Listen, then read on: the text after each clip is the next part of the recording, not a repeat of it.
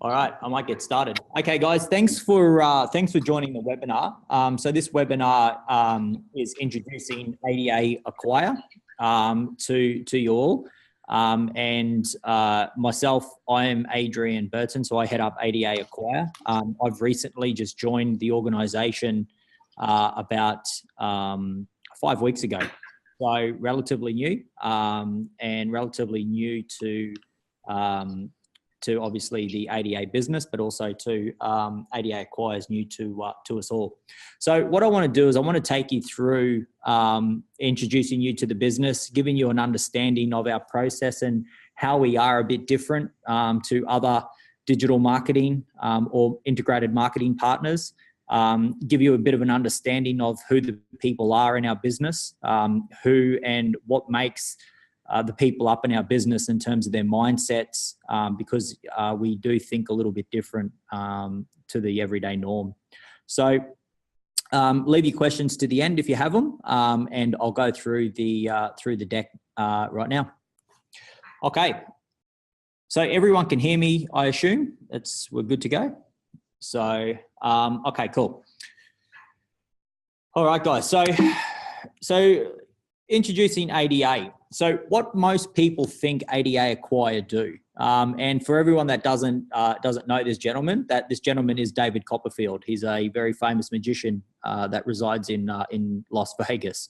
So at the moment, adaAcquire is an acquisition or an outcome-based business, and that we basically, all we are worried about is a business outcome or a business acquisition achievement for our customers and our clients. So no, we are not magicians, and I'll take you through how we do it. Okay, so our mantra that we stand on is we maximize acquisition outcomes while minimizing risk from a team of growth hackers. Now, you'll hear this word a fair bit, and growth hackers is a buzzword currently at the moment, but in my opinion, I believe it's marketing 3.0. So what we do is we use a vast resource of platforms. adaAcquire will take a very analytical, data and technical approach to every acquisition campaign. So our hybrid layers that we use obviously through our DMP of websites and app data, ad exchange data, telco systems, layered with digital advertising expertise, programmatic media buying expertise, data science to achieve acquisitions and outcomes. So understanding the growth hacking process. So what does that actually, what's that mean? And what's those steps that you have to take?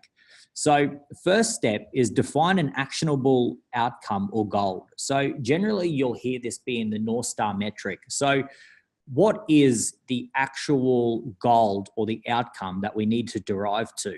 And that's basically your starting point. Once you understand that you get that from the client, and that could be subscribers, could be telecommunication subscribers. It could be disbursement of payday loans.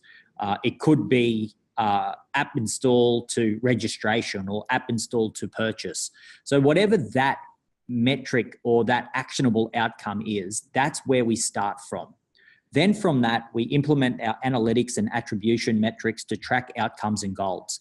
Because we stand on the end goal, we need to ensure that our attribution and tracking mechanisms are constantly in place for every step of the journey, but also for an engagements perspective as well, because some of our campaigns may fall out of the funnel through the process. So it potentially could be a filling out a form. They get 2 pages into the form and they fall off. So we have to ensure that we can re-engage those people and to get them back on and to get them going through the process. Leverage our playbook on existing campaigns. As we are a new business, this is fairly important that we build this out. And that once we do build this out, this will help us move into the market a lot quicker.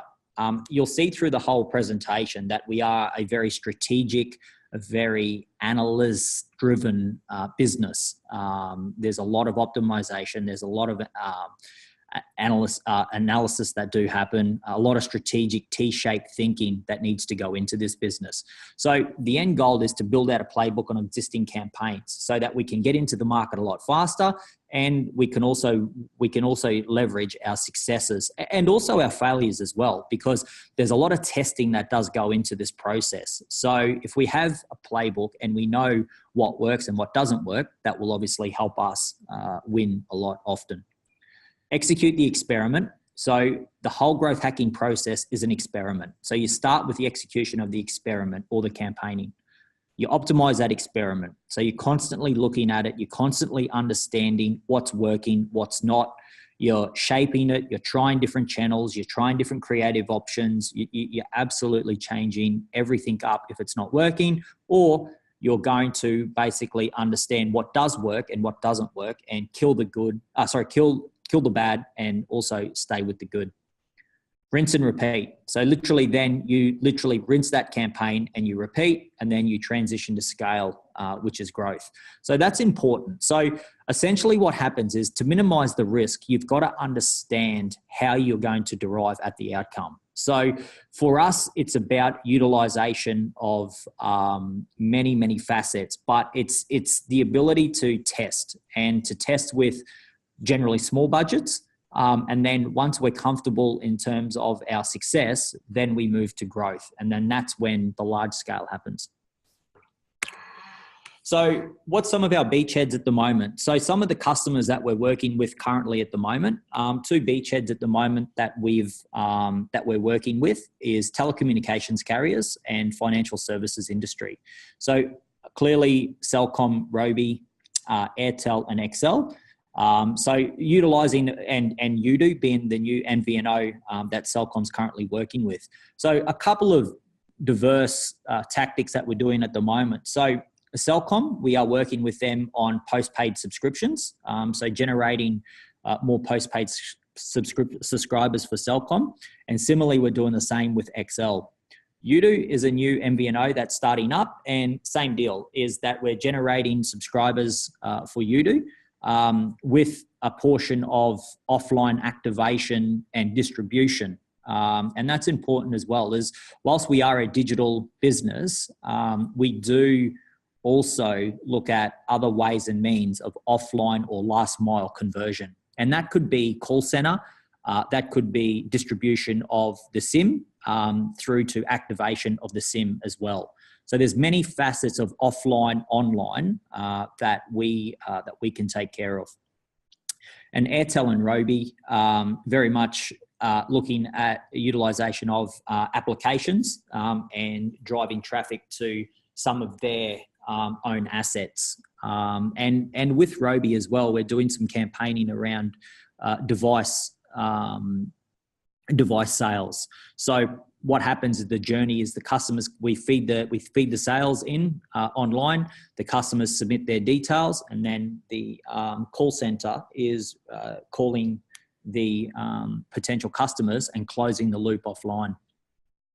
Financial services industry is something that we are also working our way towards. Obviously, Boost is a key partner of ours. AIG is another partner that we're doing some campaigns with at the moment.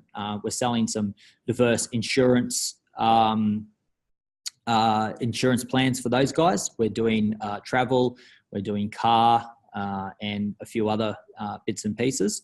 So currently at the moment, financial services industry and telecommunications is where our beachheads at the moment. And they will expand over time.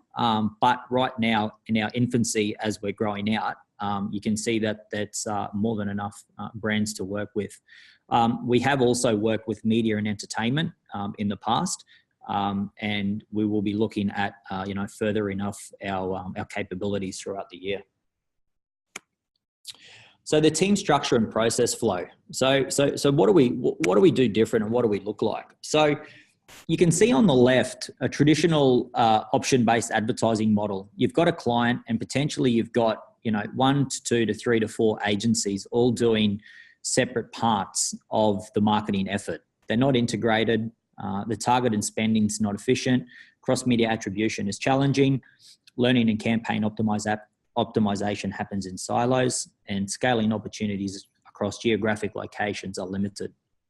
So what's our point of difference? So we are a full service performance analytics and data-driven integrated model that can do paid search and SEO, that can buy programmatic media, that can do social ads, that can do offline telesales and also offline distribution, that do come with array of insights, data and analytics, that can do a range of DSP media buying, and essentially also too, the capability that we will be building out is our creative capability, or partnering with Studio A to build out that creative component for the client, because as you can appreciate, if you are standing on the outcome and you don't have control over the communication or creative messaging based on your strategy, it will prove very difficult.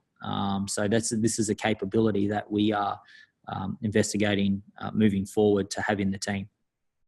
So what's that mean for the client? It gives them a full-fledged end-to-end advertising model for acquisition.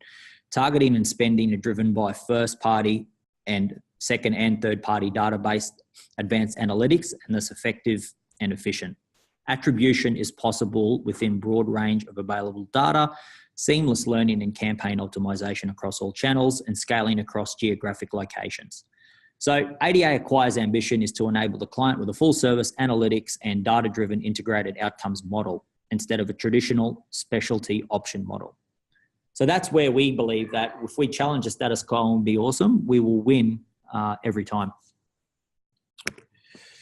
So our 5 key levers to always win. So you would have heard me sort of touch on at the top of the presentation, is building out a use case or building out a playbook is essentially necessary in this business. That forms our product. So essentially it is an intangible product, but if you can build out from your wins, from your failures, from your successes, from everything that you're doing in terms of documentation and learning, that forms your playbook. And that for us is definitely the key lever for us to win and be successful in this industry. So what does that look like? So development of global digital acquisition use case repository applicable across industries and business verticals. Standard use cases are localized to clients' business need and objectives. Conducting sufficient amount of relevant experiments to identify the best offer channel trigger campaign combination. Capturing learning and identifying optimization scopes. And then scale learning and use cases across many business verticals and industries, as well as locations. So campaign strategy and planning is important. Advanced data solutions, performance optimization, campaign execution will equal a win for the business. So you can see there's 5 key levers for us that we will be focusing on and focus on through every campaign that we enter. And then that will enable us, as I said, to build the adaAcquire playbook. So what's the team structure look like? You'll see a fair bit of red there at the moment. And this is as we are a growing team and we are building out our team and our capabilities. So the team currently sits at the moment is the growth team. So every single one of our people currently at the moment and also coming in will have that growth hacker mindset and have those personality traits of a growth hacker or a growth lead. Which I'll go through in a little bit more detail as we go through the presentation. But currently at the moment, we have 4 teams. So we have our sales team that we have a representative in Indonesia, and we also have Harry that sits in here in Malaysia that does service other markets. And then our growth team is that we are looking for a head of growth and performance marketeer. Our head of ad operations, Sham Ravishankar, who comes from a raft array of digital expertise. head of campaign optimization that actually sits within George's team in the data science and engineering team. But that head of campaign optimization role is significant in terms of ensuring that we are utilizing the data and analytics at our disposal, as well as utilization of any research or market research that we can get our hands on. And then potentially a head of creative to sit within our creative team. So the growth team's made up of growth hackers or growth leads. And currently at the moment, Psyche Run and Amy are our 2 resident growth hackers. And we're currently at the moment looking for 2 more to fill those roles. And I'll explain those roles in a little bit more detail because they are really the epicenter of what we do as a business in the day-to-days. From that, we have obviously our ad operations team that we are building out at the moment so we can have our own ad operations capability. Reporting, which is very important as well, not only from a client side, but also from a business side, because our reporting lines do get a little bit, I guess, a lot different to the normal media reporting lines. So having a good understanding of our business day in, day out is critical to our success as, you know, we are trying to maximize acquisitions whilst minimizing the risk. Web development, we're currently at the moment using the Thai tech team that has been spawned out of ADS. This is imperative as well as a lot of the campaigns that we do have landing pages associated to them. And then that allows us to control the whole acquisition outcome process end to end. Our product and process specialist is Norelli, and potentially we're looking at a call center campaign manager to build out that capability. The data and analytics team, so data solutions or client solutions as they used to be known as, they basically sit in the bridge between commercial and also the data scientists.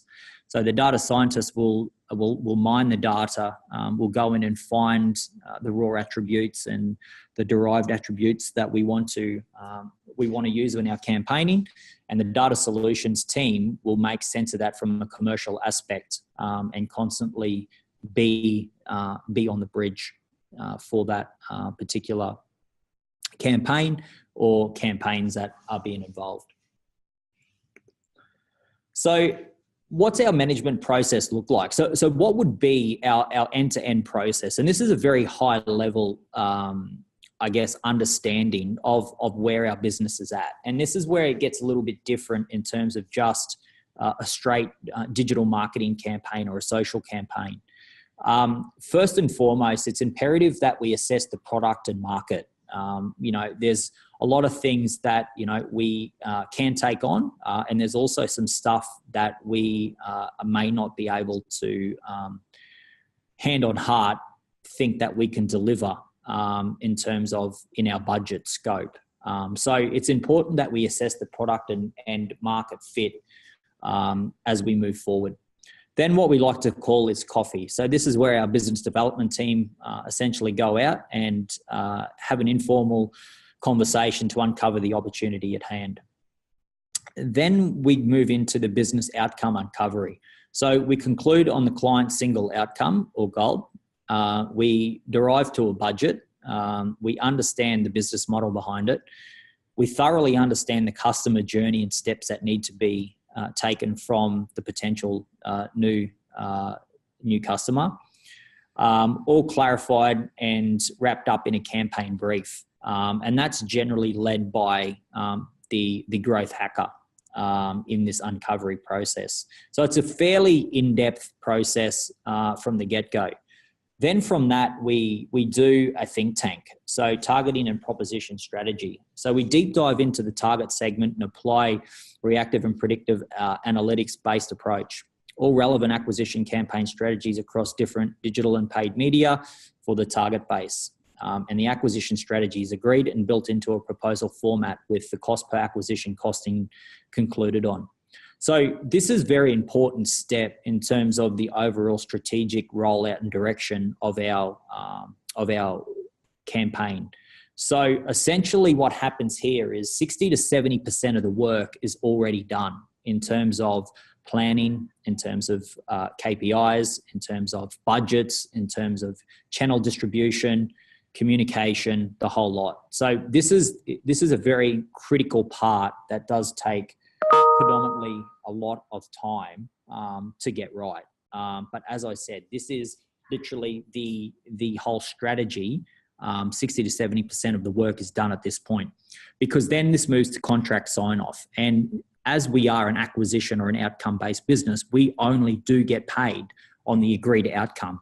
So it means that for every actionable outcome, the client pays us. So that's where we do take the risk on. So if we are not aligned in terms of our strategy or in terms of the customer journey, and that we cannot validate or attribute all the tracking mechanisms back to our business, we essentially will lose money. And that's not the aim of the game. So by the time it gets to the client, it's literally just a conversation around what the cost per acquisition is, and then the client signs off. From there, we roll out we launch our campaigns, and then our growth hacking phase starts with, we analyze the campaign, we optimize the campaign, we repeat, and we go to scale once we have those successes. So as I said, reiterating the first 4 steps that's where 60 to 70% of the work starts. The actual rollout of the campaign is very seamless, and then the real work then does begin again once we go into the growth hacking phase to find the success or the gold nuggets that we find are working in our favor. And what that growth hacking phase does look like is there's a lot of A/B testing that will happen. And then once the best campaign strategies have been selected, we will turn the data we collect into clear stories dictating performance and tangible growth milestones reached. And from the knowledge gathered, we analyze the steps, we move into how these methods can be best optimized for efficiency and advancement. And then once again, we repeat and we move to scale. So very in-depth process, which does take a little bit of time to get into, because that does mean that we do have to literally become overnight experts in people's array of businesses.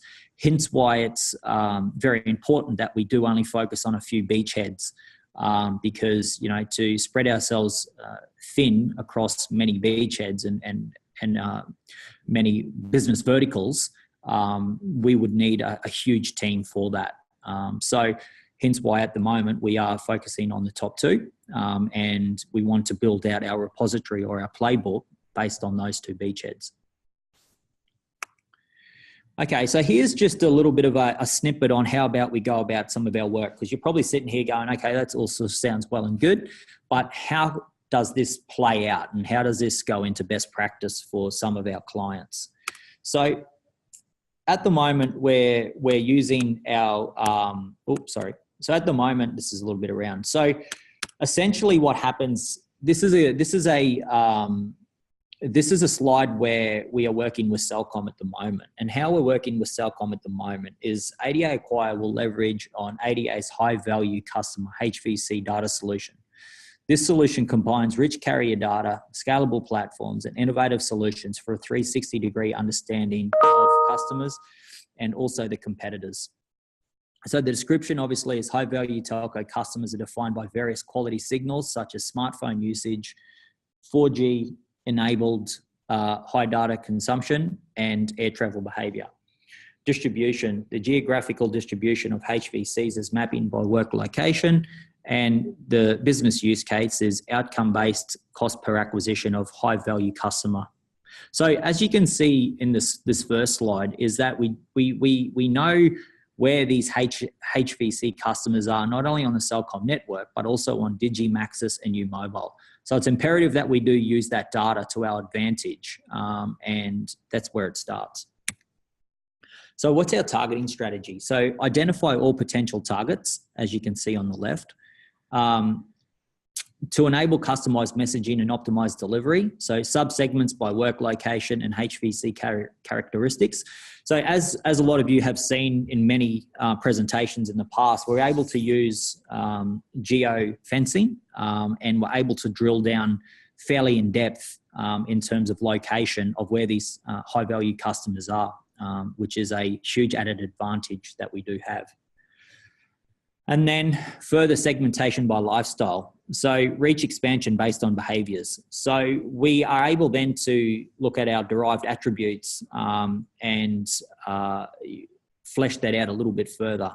These guys could be example of frequently visited offline POIs, gym membership, high-end restaurants, country clubs and golf courses, petrol stations, the like.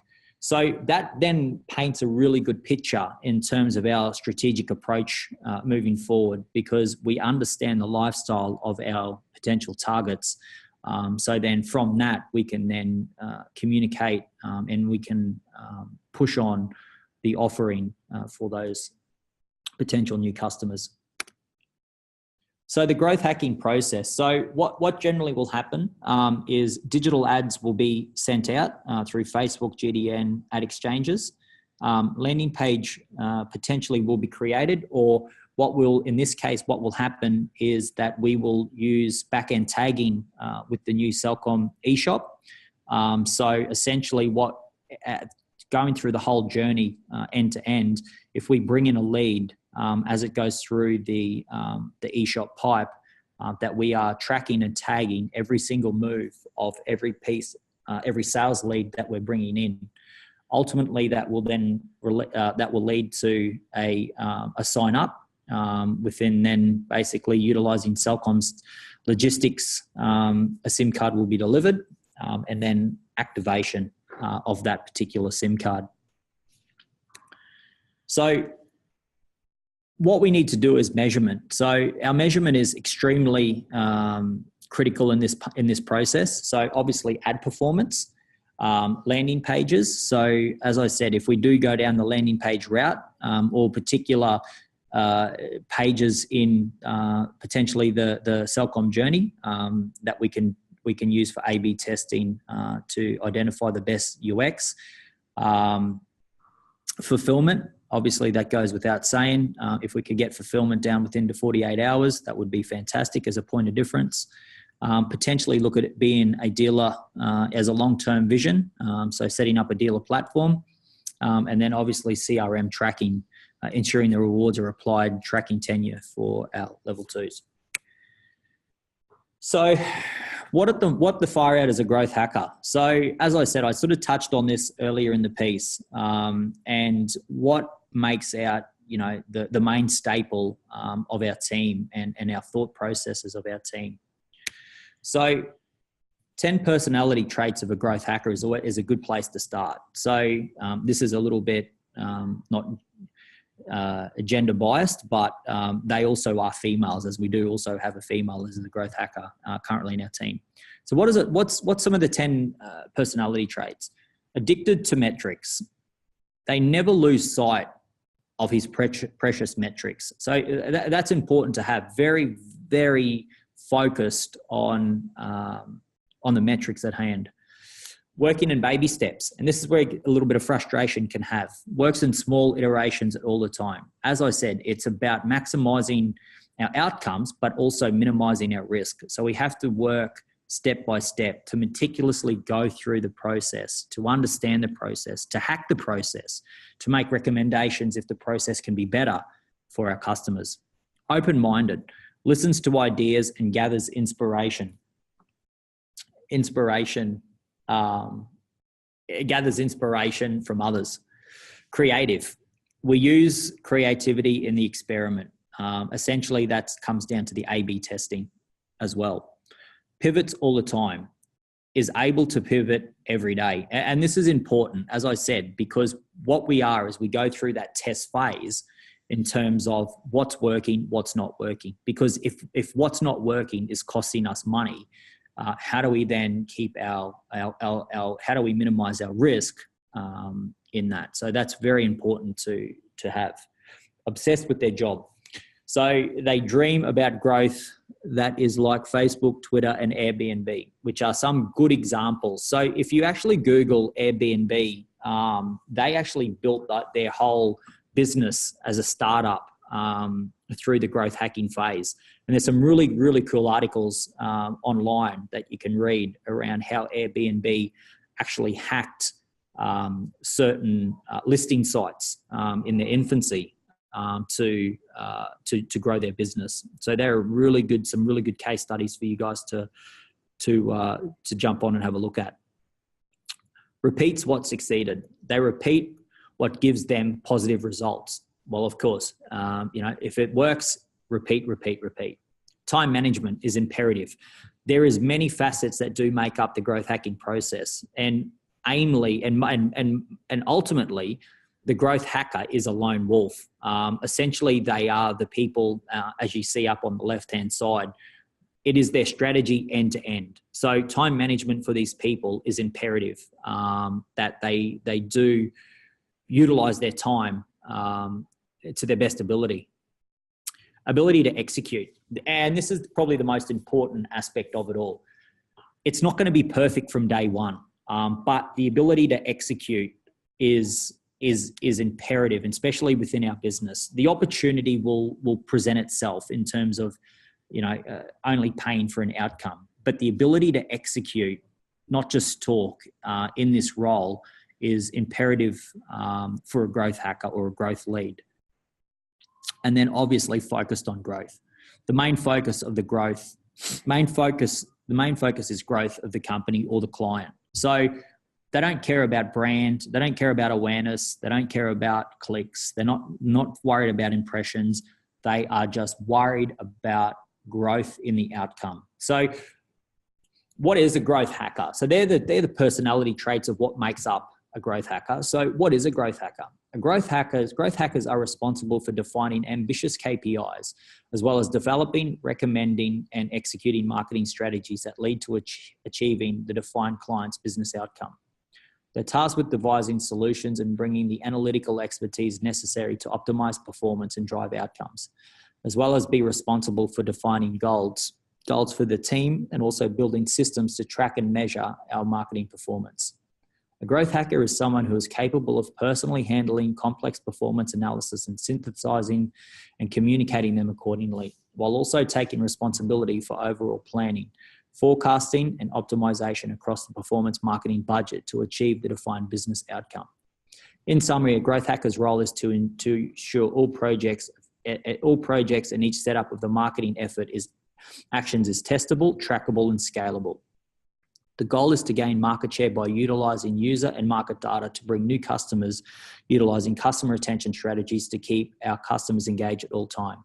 So the growth hacking 3.0 or the growth hacking buzz literally came out of startups. So this is how many startups operate, because they resource poor. They don't have the budget for resource. They don't have the headcount for multiple resources. So for them, the growth hacking mindset is very much startup, where adaAcquire currently sits right now. We are literally at ground zero and building out our capability. And for us to adopt this mindset with mixed in with obviously our business model is perfect. And it's also a mindset as well that doesn't currently essentially sit within the ADA team. So owning this capability from the Acquires team is what sets us apart and unique about our offering. And just last slide, guys. So this is the growth process. Essentially it starts with the idea. So campaign strategies, tactics that align with reaching the outcome. Step 2 is organize and prioritize. Rate and compare the potential impact, confidence, and resources required. Step 3, test. Execute your ideas. Step 4 is compare the results to your hypothesis and ask why. And that's important. Constantly be asking why it's working, why it's not working. Looking at your data, looking at your analytics, optimizing your channels, increasing your spend, decreasing your spend. Obviously then optimize. Use the learnings to improve execution and synthesize the idea. And then last and most importantly, repeat. Once the test is completed, go back to the plan or move to transition to scale. So that's essentially our process currently at the moment. And in terms of how we approach our business. As I said, we wanted to be known for the growth hackers in ADA. there's a couple of analogies that have been floated around. I think George uses a good example where he calls us saltwater crocodiles, in terms of the ability to get in and sort of to get a little bit down and dirty. I did allude to the offline aspect as well. So our capability offline stems to call centers. It also stems to potentially distribution of goods, activation of goods, even to the point where we can utilize our data and analytics to be doing on-the-ground activations as well. So that's another capability that we are also exploring currently at the moment. So it is very much a 360-degree approach, and obviously all led by our analytics and data, delivered all through digital sales. And then once they come into the funnel, it's about tracking, tracing, measuring, optimizing, analyzing the whole journey as we move forward. So I hope that gives you a good idea of the adaAcquire business. You know, we are not magicians. We are strategic, methodical thinkers. We move slowly, but we move methodically. And we are very much, I guess, excited to move into, as I call it, marketing 3.0, and give the ADA business a different and unique capability to share with our many clients. Okay, I guess any questions for me? This is probably a good time to fire them through, and I'll try to answer them to the best of my capability.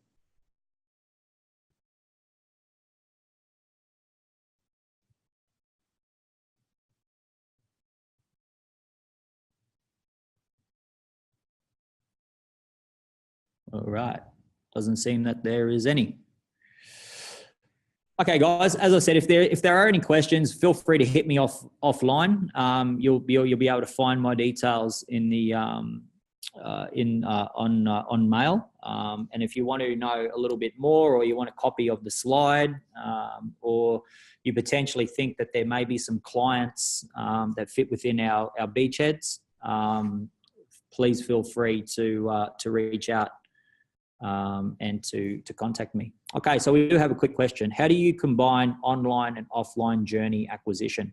Yeah, so that's a really good question. So through the whole process, and hence why we create a lot of landing pages, so we can track. And what we can do, a good example of that would be if someone comes in and they fill up the landing page and they put their phone number in, and then they don't go through to the second or third page or the second or third field. What we can do is we can activate our call center, and we can basically get our call center to contact the particular person and understand why they haven't gone through and finished off the process. And then help them and guide them and hand-hold them through the process. A lot of our clients that we do take on, their process is a little bit long-winded, and they also require at sometimes documentation uploading. So hence why we think having a call center for that last mile conversion is a good idea. So that's how we combine our online and offline journey to close the loop.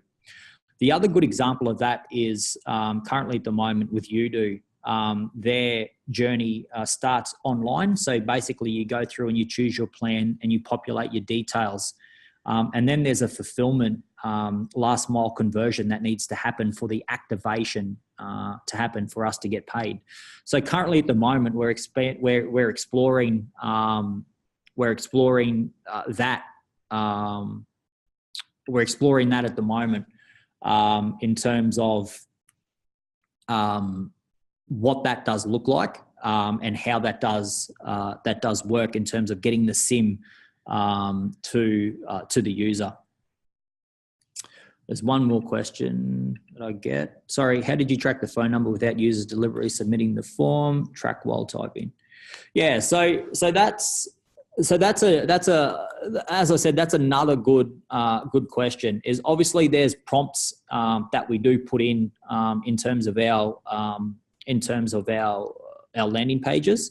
So ultimately you do want to grab as much and capture as much detail as possible on these users. They may be hesitant to put their phone number in, so they may fall through the cracks at some point. But ultimately, what we're wanting to do is we're wanting to collect and to get as much detail as possible up front. So if they do fall off the journey, we can then call them back and get them back on the journey. The other thing that we're also using the offline conversion for at the moment is currently in Bangladesh. So we're doing a campaign at the moment for RobiShop. So essentially what we're doing is we're bringing the sales leads into the top of the funnel through digital marketing. And then once the potential purchaser goes onto the site, they are then intending to buy a handset. And then from that, they fill out a one-page form that shows their intent. And then that form is sent to the call center, who is doing the last mile conversion of that handset. So either taking payment online, getting the relevant details, and then sending that handset off to the new purchaser. So there's a number of ways of we can do it, but as I said, it's not 100%. But what we do try to do is at the front end, we shape our landing pages, or we shape our detail collection to a point where we can get as much detail on the users as possible, to then use an offline metric to re-engage that particular user.